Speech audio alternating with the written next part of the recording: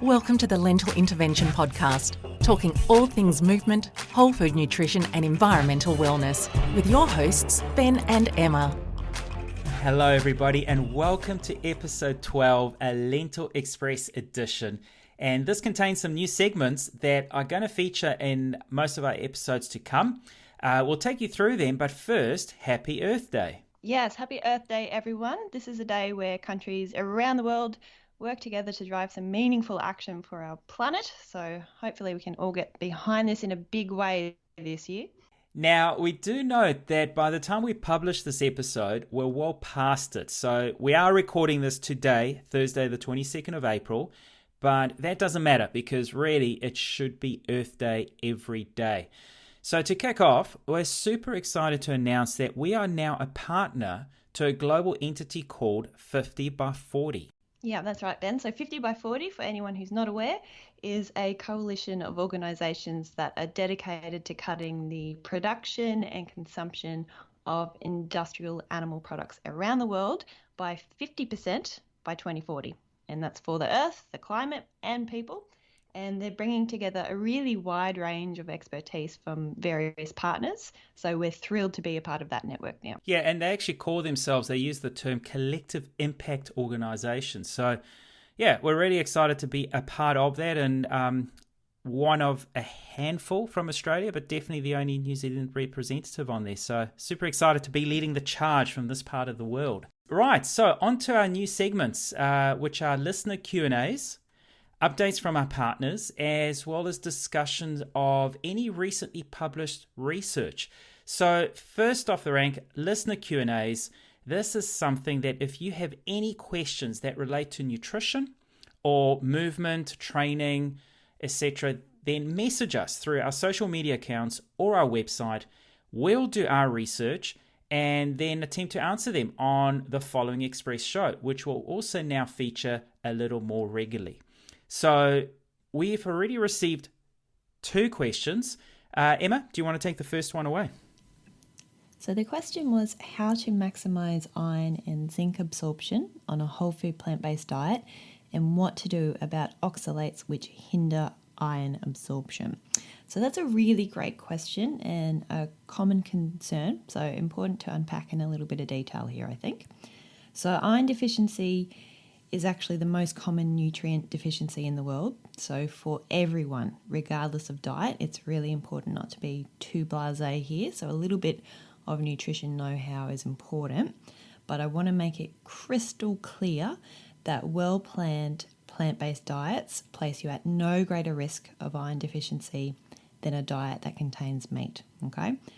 So the iron found in plants is only non-heme iron, whereas in most animal products, you get a little bit of non-heme iron, but also a sizable chunk of heme iron. And you've probably all heard that line that heme iron is absorbed more readily than plant-based iron. And that can be true because plant-based iron needs to go through an extra reduction step in the gut before it's absorbed. But the difference in absorption can really be quite minimal with just a few little tweaks. So there are a few foods that hinder the absorption of plant-based iron, but there's also some that can boost it as well. So adding vitamin C, for example, it greatly increases iron absorption. I've seen some studies state by up to 12-fold. So that's a really huge benefit for adding some tomato to your lentil curries or some red capsicum to your tofu stir fries or a citrus dressing to your salad, that kind of thing. Other helpful nutrition tweaks include adding beta-carotene rich foods to your iron-rich meals. That can increase absorption by about 65%. So learning to love your carrots is a good thing. And also the allium family, so that's your onion and garlic. Add some of those to your bean dishes, you'll get a boost by about 73% and you get some benefits from adding them to your grain dishes as well. So lots of vitamin C, your beta-carotene rich foods and then your allium family, add them in regularly. There's some inhibitors to be aware of as well. So the big ones here are tea and coffee. Tea can reduce absorption of iron massively, up to about 70%. and it's actually the tannins, so the polyphenols in the tea and the coffee that have that inhibition effect. So swapping to decaf, for example, isn't a super helpful strategy there. But because it is the polyphenols, that also means that some of your herbal teas will block iron absorption as well. So not as much as black tea, but that does mean it's not just a case of swapping to green tea or cocoa with your meals. It's actually better to move that cuppa away from your meals completely.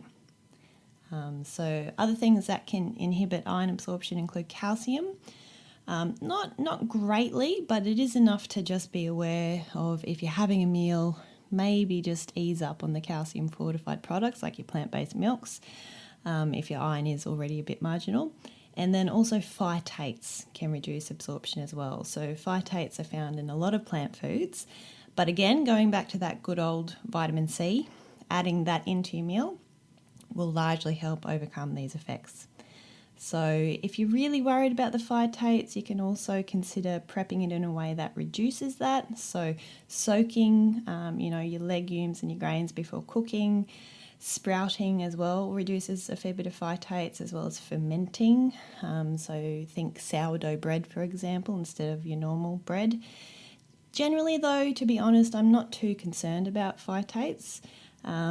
Interestingly, those who eat phytate-containing foods really regularly actually show adaptations in their microbiome to compensate for this and still be able to absorb good amounts of minerals. And phytates, of course, they have their own health benefits that they add into the equation. Some studies have even shown that they exert anti-cancer effects. They can assist with lowering blood glucose levels and lipids as well. Very similar story with zinc. So phytates, again, they can inhibit absorption of zinc, but adding in the garlic and the onions to your meals will help you absorb up to twice the amount of zinc, which is great. Dietary protein can increase the bioavailability of zinc as well. So include your legumes, include your soy products, your leafy greens, your nuts and your seeds in addition to your whole grains. So those good sources of plant proteins are really important. And now, so to the oxalates specifically in the question, it was asked about oxalates and iron absorption. So lots of people are actually quite fearful of oxalates inhibiting iron absorption. That piece of advice seems to be all over the internet on websites and blogs, but it's not really supported that much by the scientific literature. We've had a couple of really well-designed studies looking into this, and they've shown that oxalic acid, so the oxalates, they don't appear to influence iron uptake all that much. So my main concern with oxalates isn't actually the iron, it's calcium absorption. And that's why I'm always recommending a good variety of food, and with your leafy greens especially, not just going for spinach all the time, which a few plant-based eaters can fall into that trap, but rotating through your greens, including your low oxalate options as well, so things like kale and bok choy. Okay, so if I was to distill all of this info down and just to a few key steps, it would be number one, eat foods that are rich in iron and zinc, so you need that in your meal in the first place. Number two, to ensure that happens, just make sure you're getting a good variety of foods from all of your core food groups, so your fruits, your veggies, your legumes, your whole grains, your nuts and your seeds. Number three, we want to avoid those inhibitors at mealtime, so move your tea and coffee away from meals. Make sure you're not having calcium supplements or calcium fortified products in large amounts at those meals if your iron levels are already marginal. Number four, boosting your absorption. So those little tricks, including vitamin C rich foods, foods from your allium family, and your beta carotene rich foods as well. Number five, if you're still really concerned, think about the ways you can actually prepare foods that reduce the phytates. But number six, really important here, don't actually be too obsessed about this. Don't get too reductionist in your approach. But that being said, if you have been tested as anemic, Supplementation may actually be warranted here, as it does take a reasonable amount of time to boost levels up through diet alone. So if that is the case for you, it's best to speak to your doctor or dietitian for more personalised advice. But that's my little tips and tricks in a nutshell about how to maximise your absorption of iron and zinc, and don't stress too much about the oxalates in regards to iron absorption, because it doesn't actually have that much of an effect. And Ben, I believe we had a movement-related question for you to answer. That's right, Emma. So we have received a question from a regular listener, Jez, and his question reads, I have had shin splints come and go over the years without really bothering me for more than a day or two. But recently I got them again and they are taking time to disappear. Is there anything I can do, or is the answer just rest? Is there much I can do to prevent them? And is age a factor? I think you've pretty much answered it to start with. Do you need to take time? So first and foremost, I just want to say the best response is generally go see a physiotherapist. Let them assess and let them make a proper diagnosis on what the issue is and what's causing them, and most importantly, how to best manage them. Generally, shin splints is inflammation of muscles, tendons, bone tissue around your tibia, which is your lower leg bone. It is a very common overuse injury amongst runners, and generally it comes from overloading. So whether you're building mileage too quickly, or perhaps even building intensity too quickly. So you're doing a lot of speed work, perhaps you've never done track work and straight away you're doing track work regularly, or you're training for a half marathon but you've only been cruising along 5Ks at a time and straight away you're ramping up mileage. So generally, like I said, inflammation of those parts of the body that need time to adjust to a new load. So you've got to be careful. You need patience. You need a good, thorough training plan to ensure that you minimize the risk of injury. It can sometimes come from a little bit of poor biomechanical issues. So whether it's your run form, perhaps your glutes not activating. So that's where a lot of the rehab work comes in as well, to make sure that your run form is good. And yes, shoes as well, whether they're fitting poorly or perhaps you've had them a little bit too long, so the cushioning has worn out. So whilst you have them, my recommendation is back off the running completely. So undertake non-load bearing training like swimming and biking. Like I said, see a physio so that you can put a plan together to slowly reload through walking. But really, you just need to gauge, I guess, along your pain threshold in terms of out of 10, where it's at and how much you can continue to load up. But shin splints is something that you shouldn't be suffering from in terms of when you're training. They should be gone. So get rid of it, treat it, take the time to do it, and then just reload carefully. So yeah, wish you well, Jez, and hope you get back running as soon as possible. Brilliant. Well, thank you everyone that's sending questions. Please continue sending them in if you'd like us to answer them on the show. And just before we wrap up, we thought we'd let you know about a couple of upcoming events that you might be interested in. So firstly, one for Doctors for Nutrition. They're hosting a plant-based cooking class. If you're listening to this the day we air this, which is Monday, it is literally tomorrow. So Tuesday, the 27th of April is the cooking class. It's a virtual one, so please head on over to their website and register ASAP if you're listening to this on Monday. It's going to feature Chef Adam Guthrie and Dr. Andrew Little. And this is kind of launching their new recipe range into the world. DFN have been working really hard behind the scenes on this, and all of the recipes featured had to meet strict nutrition guidelines. So you'll know that if you are following a whole food plant-based diet and you're trying to manage or put into remission a particular condition, these will all be quite safe for you to choose from. So Tuesday the 27th, kicking everything off at 6 p.m. Australian Eastern Standard Time. So head to their website and register. And Ben, I believe you've got one to talk about as well. I do. So we'll put the link as well in our show notes for that, as well as for Evidence-Based Eating New Zealand. So they are soon to kick off a series of 4 health-focused public lectures highlighting The Power of Plant-Based Whole Foods to Restore Health to All New Zealanders. So this is in New Zealand. The first lineup is in Christchurch, Saturday, the 22nd of May. Then that's followed by Dunedin, then Auckland, which features Professor Boyd Swinburne, who we've had on the show very recently, and lastly in Wellington in October, which features past guests of the show, Dr. Mike Joy and Dr. Luke Wilson. So a stellar lineup. We'll probably have a little bit more to announce on this in the near future, but right now, if you want to book your spot, depending where you are in New Zealand, then certainly click on the link that we'll have in the show notes and it'll take you there. So to finish off, we'll revert back to our Earth Day themed topic. And this is following on from a video we posted on Facebook about 2 months ago. And we'll certainly repost it this coming week.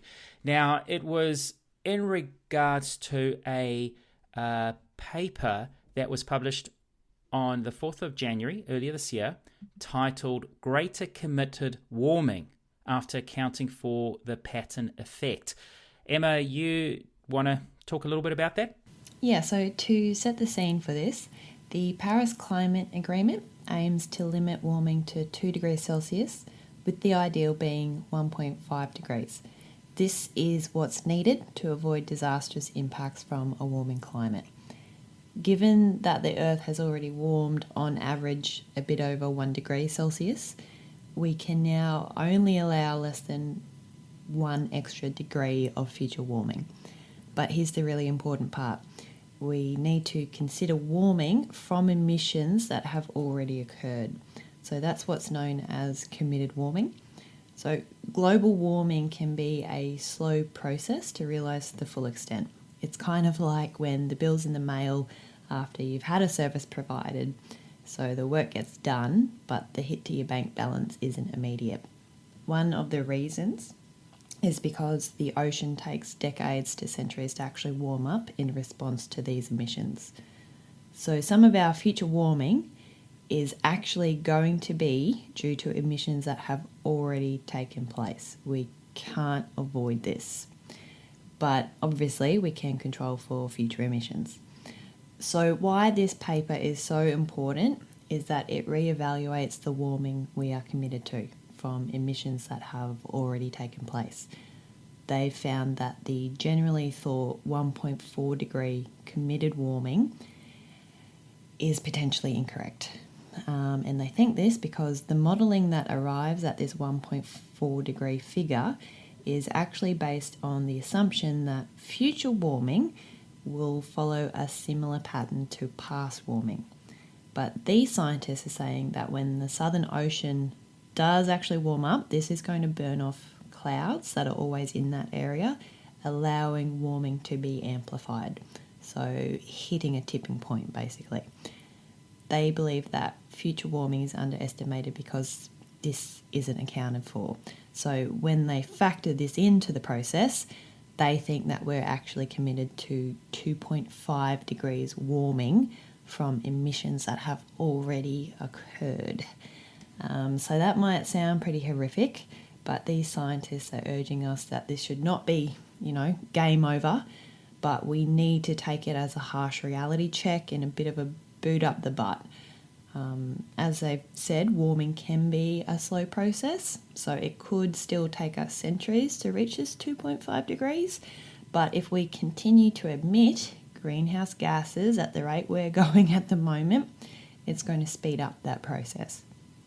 So, as we've said, as many of our previous guests have said on the podcast, what we do in the next 5 to 10 years is super important, and it could actually affect life on Earth for the next few thousand years and beyond. So again, this is just another reason to use your voice, take action now, do all that you can.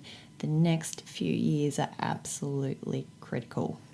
So if you want to know more about that, there's also a lot of really well-written books out there, and there's actually one that I'm currently reading titled The New Climate War by Michael Mann. I think it was published this year. If not, it's a year old. And funny enough, and Emma did have to put up with me a little bit as I scrambled through the book to look for where I read this, but there's a particular paragraph that really sums up in terms of not needing to be overwhelmed and feel like we've got to give up on everything to fix the problem. And I'm going to read this particular paragraph. Don't need to add anything to it because it just pretty much sums it up. So here goes. We should all engage in climate-friendly individual actions. They make us feel better and they set a good example for others. But don't become complacent, thinking that your duty is done when you recycle your bottles or ride your bike to work. We cannot solve this problem without deep systematic change, and that necessitates governmental action. In turn, that requires using our voices, demanding change, supporting climate-focused organizations, and voting for and supporting politicians who will back climate-friendly policies, which includes putting a price on pollution. And that's it. So let's wrap up this Express app. That's exactly what it is. So remember to please subscribe to this podcast on your favorite app, and where possible, leave us a positive rating because that really does help us get more exposure. And if you're enjoying our podcast and find our website content useful, please do consider supporting our work by buying us a coffee. Every little bit of contribution helps, the bare minimum, just keeping our podcasts going, our website, and hopefully it will enable us to do a little bit more in the near future. Absolutely. And keep sending in those questions. We love to answer them for you. So we'll keep on doing that in podcasts to come. So everyone, happy Earth Day. Happy Earth Day, Ben. I hope you can get out in nature and have a nice trail run and enjoy yourself. I absolutely will. And I believe you have already gone away. And on that note, just one small apology to our listeners. Audio quality on Emma's behalf is not perfect because, as I've just said, she has gone away. And reception's been a bit patchy. But hey, for the benefit of being out and about in nature. That's it. I'm sure we'll all be forgiving. All right, brilliant. Well, thanks for joining us, and we'll catch you next time. Thank you for listening to the Lentil Intervention Podcast. If you found this interesting, make sure you subscribe and share it with your friends.